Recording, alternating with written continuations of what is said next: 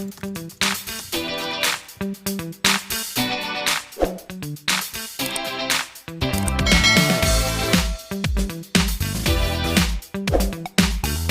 warahmatullahi wabarakatuh. Perkenalkan, nama saya Atala Muti WCK dari kelas 12 TKJ 3. Kali ini saya akan membuat video pembelajaran tentang fungsi firewall pada jaringan komputer. 1. Pengertian firewall pada jaringan komputer. Firewall merupakan suatu cara atau mekanisme yang diterapkan baik terhadap hardware, software, atau suatu sistem dengan tujuan melindungi, baik dengan menyaring, membatasi, bahkan menolak suatu atau semua hubungan atau kegiatan suatu segmen pada jaringan pribadi dengan jaringan luar yang bukan merupakan ruang lingkupnya. Firewall disebut juga sebagai pembatas antara suatu jaringan lokal dengan jaringan yang lainnya yang sifatnya publik atau dapat diakses oleh siapa saja, sehingga setiap data yang masuk dapat diidentifikasi dan dilakukan penyaringan supaya aliran data dapat dikendalikan, mencegah bahaya atau ancaman yang datang dari jaringan publik. Untuk bagian sendiri seperti ini ya.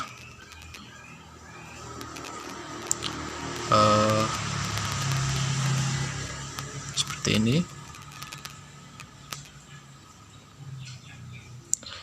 Untuk cara kerja firewall pada jaringan komputer ya. Lalu kita masuk ke karakteristik dan fungsi firewall secara umum. Ada beberapa karakteristik firewall, yaitu sebagai berikut. A. Semua jaringan komunikasi melewati firewall. B. Hanya lalu lintas resmi yang diperbolehkan oleh firewall. C. Memiliki kemampuan untuk menahan serangan internet. Selain beberapa karakteristik di atas, firewall juga memiliki karakteristik sebagai pengontrol dan mengawasi arus paket data yang mengalir di jaringan. Artinya, firewall berfungsi mengatur, memfilter, dan mengontrol lalu lintas data yang diizinkan untuk mengakses jaringan privat yang dilindungi. Ada beberapa kriteria yang dilakukan firewall apakah memperbolehkan paket data mengalir atau tidak, yaitu sebagai berikut. A. Alamat IP dari komputer sumber. B. Port TCP atau UDP sumber dari sumber. C. Alamat IP dari komputer tujuan. D. Port TCP atau UDP tujuan data pada komputer tujuan.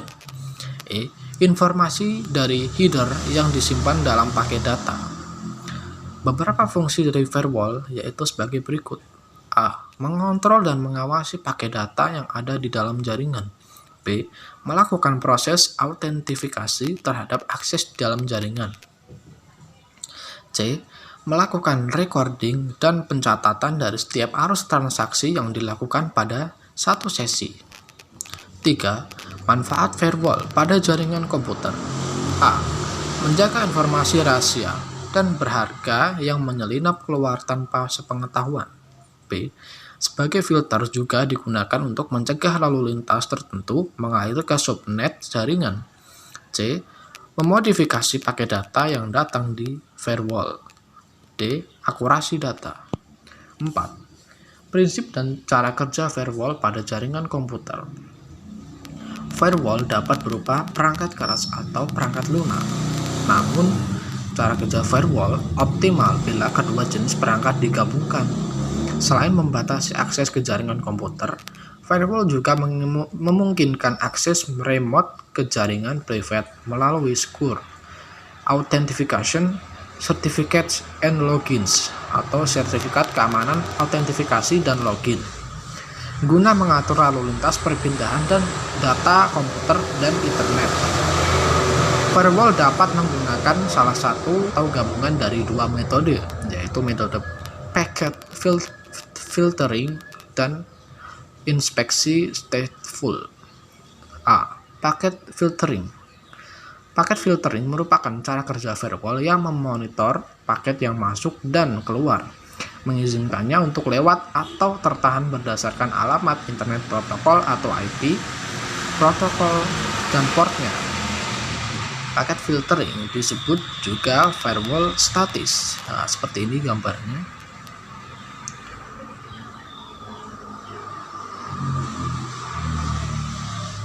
B. Inspeksi stateful. Inspeksi stateful dikenal sebagai firewall dinamis. Inspeksi stateful secara besar-besaran telah mengganti paket filtering. Pada firewall statis, hanya header dan paket yang dicek. Artinya, seorang hacker dapat mengambil informasi melalui firewall dengan sederhana, yaitu mengindikasikan reply melalui header. Sementara dengan firewall dinamis, sebuah paket dianalisis hingga ke dalam lapisan-lapisannya dengan cara merekam alamat IP dan juga nomor portnya, sehingga keamanannya lebih ketat dibandingkan paket filtering. 5. Arsitektur firewall pada jaringan komputer. A. Arsitektur dual home host. Arsitektur dual home host yaitu komputer yang memiliki paling sedikit 2 interface jaringan. Seperti ini gambarnya.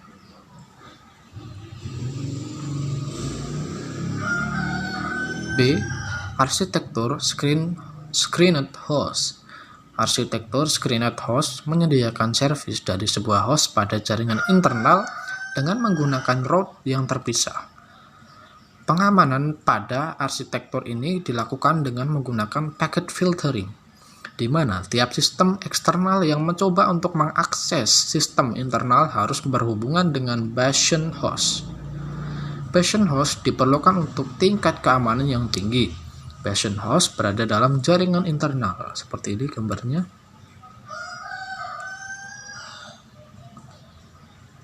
C.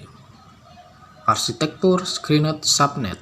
Arsitektur screened subnet menambahkan sebuah layar pengamanan tambahan pada arsitektur screen host, yaitu dengan menambahkan sebuah jaringan parameter yang lebih mengisolasi jaringan internal dari jaringan internet. Jaringan parameter mengisolasi bastion host sehingga tidak langsung terhubung ke jaringan internal. Arsitektur ini yang paling sederhana memiliki 2 buah screening router yang masing-masing terhubung ke jaringan parameter. Router pertama terletak di antara jaringan parameter dan jaringan internal, dan router kedua terletak di antara jaringan parameter dan jaringan eksternal, biasanya internet. Seperti ini gambarnya. 6. Teknologi firewall pada jaringan komputer. A. Service control atau kendali terhadap layanan. B. Direction control atau kendali terhadap arah. C. User control atau kendali terhadap pengguna. D. Behavior control atau kendali terhadap perlakuan. 7. Arsitektur firewall pada jaringan komputer. Karakteristik firewall pada jaringan komputer. A. Firewall harus lebih kuat dan kebal terhadap serangan dari komputer luar. B. Hanya aktivitas atau kegiatan yang dikenal atau terdaftar saja yang dapat melalui atau melakukan hubungan firewall. C. Semua aktivitas atau kegiatan dari dalam ke luar harus melalui firewall, begitupun sebaliknya. 8. Firewall policy. Demilitarized Zone atau DMZ merupakan mekanisme untuk melindungi sistem internal dari serangan hacker atau pihak-pihak lain yang ingin memasuki sistem jaringan tanpa mempunyai hak akses. A. Sebagai pot keamanan jaringan. B. Mencegah informasi berharga bocor tanpa sepengetahuan. C. Mencatat aktivitas pengguna. D. Memodifikasi pakai data yang datang. E. Mencegah memodifikasi data pihak lain. Seperti ini gambarnya.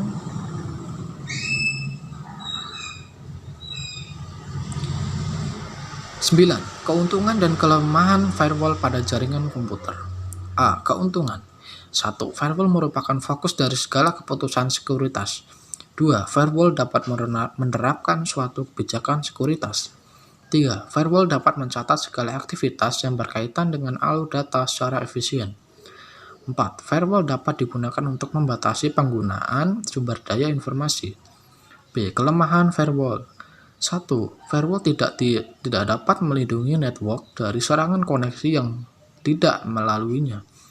2. Firewall tidak dapat melindungi dari serangan dengan metode baru yang belum dikenal oleh firewall. 3. Firewall tidak dapat melindungi dari serangan virus. 10. IP tabless pada jaringan komputer.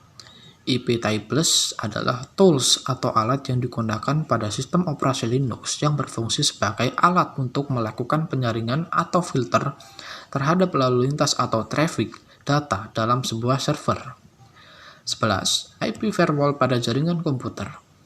Adapun format IP firewall yaitu sebagai berikut.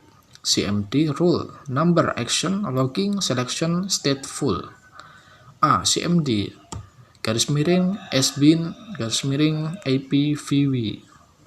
B. Rule, number sama dengan 001, 002, 003, 004 dan seterusnya. C. Action, pass, permit, allow, accept, deny atau drop. D. Logging, optional.